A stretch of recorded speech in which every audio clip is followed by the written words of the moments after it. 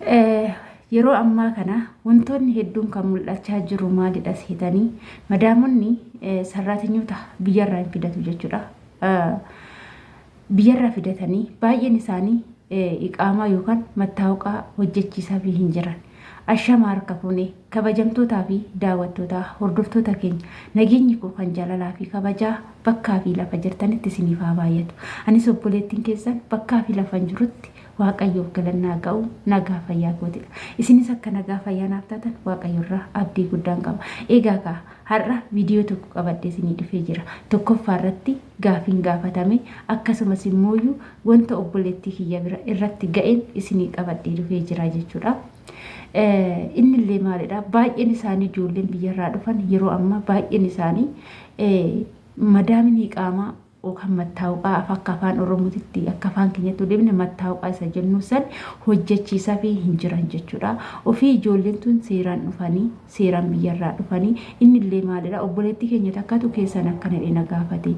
Ani ergan dhufee ji'a 5dha. Garuu haa ta'u akka carraa ta'e na dhukkubee jennaan mana yaala nageechanii mana yaala nageechinaan mana yaala mootummaa geechuun oolan nageechinaan waan hiqaamaa hin qabneef achitti na yaaluu didanii hiqaamaan qabdu naan jedhanii innaa achi na baasaniitti gara biraa gillii nageechanii na yaalchisanii ani silaa ergan dhufee ji'a 5 akkamta gammaa hiqaamaan naaf hin hojjetamne jecha jedhudha jechuudha.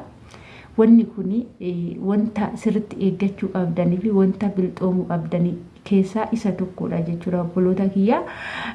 Maaliif jennaani ijoollee baay'ee wanna akkanaatitu baay'achaa jira. Ijoolleen amma haarawaa biyyarraa dhufaa jirtan keessattuu rakkoon isaanirra ga'aa jiru tokkoffaa isa kanaani jechuudha. Inni tokkoffaa maalidha iqaama isiniin hojjetamne jechuun isin seeraan ala jirtu jechuudha. Maaliif seera biyya kanaa hin guunne jechuudha. Yoo gadi baatan poolisii isin qaba hidhaatti isin darbata seeraan ala jirtu waan ta'eef ba'uu isin dandeechan tokko jira. Lammaffaa immoo rakkoon tokko isinirra ga'ee madaamin teechanii shira isinirratti barbaadde isheen ala hojjetti baddeen na bira dhufte jettee shira isinirratti xaxuu dandeechi 2 jedha.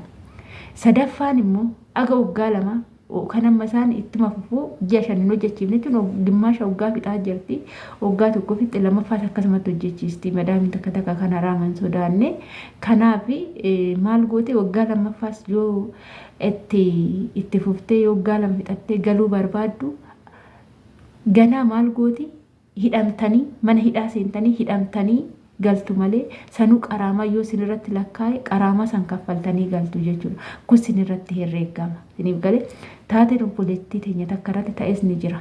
Ishiin hin beekne kontiraata teechi hiqaamaan naa hojjetame jetteeti yaaddi jechuudha. Yeroo yaaddu kana ishiin naa hojjetame jettee yaaddi malee naan hojjetamne jettee iyyaanne jechuudha.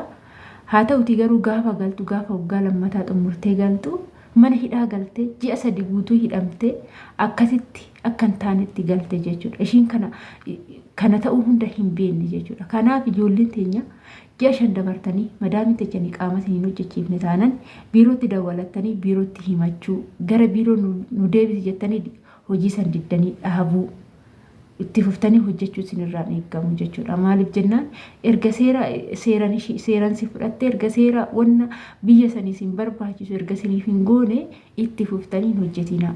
Gara biiroo deebitanii biiroon immoo isaan qaxxa'ee isin immoo hojii akka harawaatitti isin galcha jechuudha. Kanaafuu isa kana isiniin guunne taanan seera kana isiniin guunne taanani isinis immoo sarrimmitanii hojii isaanii san itti fufinaa didaa isiniin jedhaani kuni dhaamsa isa tokkoffaa ijoodha. Maaliif jennaan ijoollee baay'een wanna kanaan miidhamaa jiru jechuudha. Inni itti aanu immoo akkuma hiqaamaa san immoo mindaan keessanis jechuudha malee gara mindaatitti isinii deeba viidiyoo kaleecha sanirrattis hojjedheera. Mindaa keessanis ji'a isiniin kennine taanan ijoolleen haarawaa dhuftan jechuudha. Ijoolleen afaan hin beekne ji'a isiniif hin kennamne taanan mindaan ji'a tokko ji'a 2 isiniif hin kennamne ji'a 2 guutee isiniif hin kennamne taanan dalagaa itti fuftanii hojjetina. Madaamonni amma baay'een isaanii mindaa kaffaluu irratti hanqina godhatanii jiru jechuudha.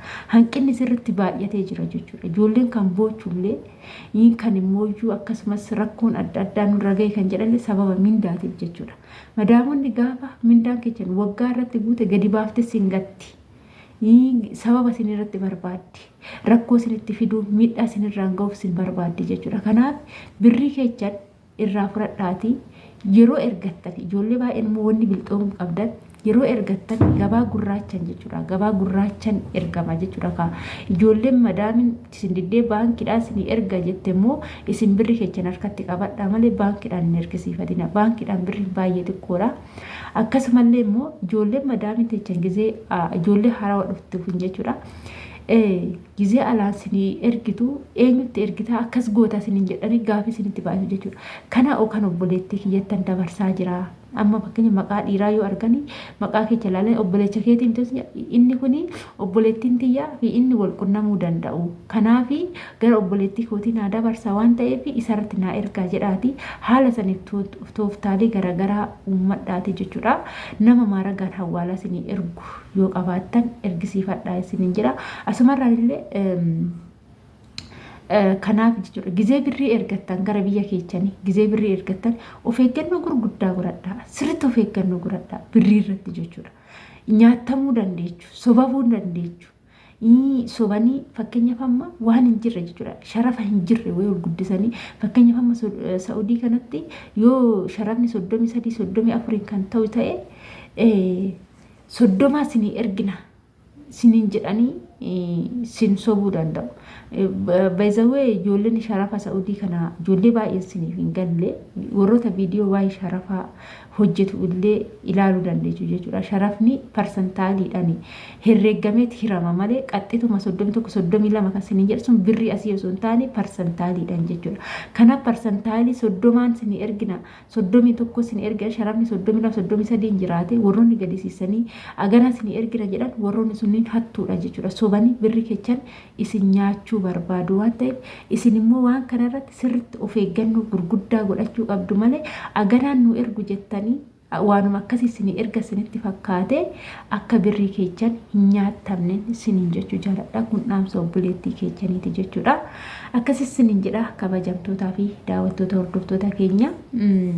Kanaaf iqaaman keechan aga ji'a 5 isiniin hojjetamne taanan mana sanitti itti fuftanii hin hojjetinaa. Mana san gadhiisaatii ba'aatii gara biiroo deebi'aa malee biiroon wanni qabdu.